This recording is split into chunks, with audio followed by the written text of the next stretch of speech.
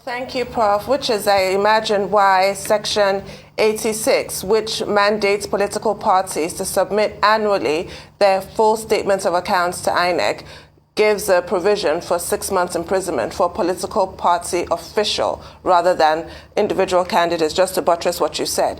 But I have two questions for you. I'll start off with Labour Party's position that this clamor arose from the diaspora, that there are individuals in the diaspora who wants to support the candidature of their presidential candidate, Peter Obi. So is there any legal way that that can be done, bearing in mind what we've just discussed? That's my first question. My second question is that there have been calls for disqualification of Peter Obi from the presidential elections, from the Tinubu Shetima group, that support group has called for their disqualification. Are there grounds for disqualification at this time? Well, I don't speak for INEC or for the courts. I don't also speak for the political group that are calling for disqualification. We're in a democracy. The call is not a problem. They can make calls for disqualification of any candidate, but speaking clearly, and analysis, I have stated clearly that Section 225A that came in from the Fourth Alteration and 225 itself of the Constitution does not talk about the candidates, so there's no basis to disqualify any candidates. It talks about the political party raising funds from outside the country. Like I said, the candidate is not barred in any way from raising funds from outside Nigeria, but the political party is. Okay? That's what the Constitution says, and that's what the Electoral Act says. No mention is made of the candidate. You can read Section 85, 86, 87, 88, 89, and 90. Now, where the regulations that are seen in respect of the candidate comes into how much they can spend for elections, how much the president cannot spend more than 5 billion, and all that. The governor cannot spend, governorship candidate cannot spend more than 2 billion. That's what the law says. We shouldn't go beyond the law. And talking about bringing in a disqualification on that ground for a candidate when the law does not say so, I don't think it is correct. If we are not satisfied with the law, we should do what is needful. Take steps to ensure that there's an amendment of the law. The Electoral Act is just still fresh. Section 152, like I stated, does not define a candidate to include a political party. And it does not define a political party to include this candidate. So that is the position of the law as we speak. So if a call can be made, but it won't go beyond that call, because it is not backed up by law, in my opinion. The law is very clear. The party cannot, but the candidate is not precluded. Okay, Prof, good to see you again. Good morning, sir. Let's talk about enforcement, because in all of this, when we look at it, enforcement has always been a big problem.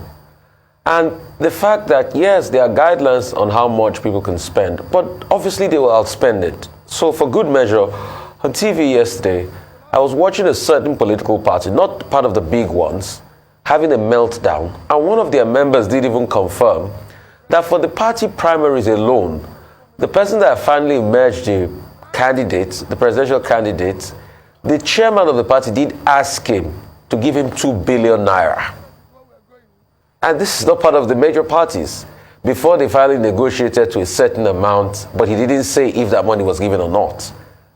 But the truth has to be told that even for party primaries, people have spent over 2 billion for, a party that's not a major party, let alone the major parties. We saw how much they spent during their party primaries. So how realistic is all that we have on ground? And how can we truly enforce all of this? Well, incidentally, I have spent my academic life writing about enforcement of judgments and laws So I understand the point you've taken. An unenforced law is as good as no law. And that's why in the course of my speech this morning, I was just saying that it is good news that we are having election of Offences Commission.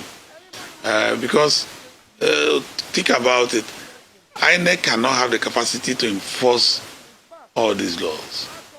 What you see from Section 85 to Section 90, aside from other laws, INEC cannot have that capacity. At a particular point, the former INEC chairman, Professor Jega, has stated that he had over 790 election offenses, suspects. How much does the commission have that it will begin to prosecute all those people? And that's why after the threat that any people will be brought to book, if you offend the Electoral Act, you will be brought to book. No book is brought, and nobody is brought to any book. Now, the Election Offences Commission, I support, should be hastened and be put in place, and we'll have special prosecutors on that point. Then people will begin to know that there's a bindingness of that law. So enforcement is so important. That is the difference between some of the countries in this part of the world and other parts of the world. No Nigerian will do certain things we do in Nigeria, in the UK or in the US or even in South Africa or other countries because of enforcement. They don't have better laws, but it is just enforcement and the impunity that comes from the fact that, I can escape it. You will have seen that in recent time, even a former deputy senate president, it has been difficult to even secure bail in the UK, despite our relationship with the UK. And so you see commentators saying, if this had happened in Nigeria, that matter would have been over. So we should begin to make sure that our laws are serious by ensuring enforcement. And that is a major agenda for anyone who wants to rule this country. I would expect, as a law enforcement, judgment enforcement minded lawyer, to say that, to tell Nigerians what such person will do at the state level, at the local government, at the national level, to ensure that our laws are enforced, and not preferentially, not randomly, but in an organized and clear manner that people now know that if you do anything wrong in this country, there's a consequence. There are sanctions which will surely come to pass. Well, Prof, just a clarification. Will it be correct to infer that the presidential candidate of the Labour Party setting up a diaspora committee to do crowdfunding has not violated any law? Is that what you're saying categorically? Because as you said, Section 225... As Labour Party, yes, 225 doesn't say, say anything about the candidate. I've made that point very clear. It doesn't say anything about any candidate. And so you have to read this in a communal and community way. You have to read it purposively. When you read 225 of the Constitution, both 225A that came from the Fourth Alteration and 225 itself, and then Section 85 of the Electoral Act, along with Section 152 of the Electoral Act, then you get a clear picture.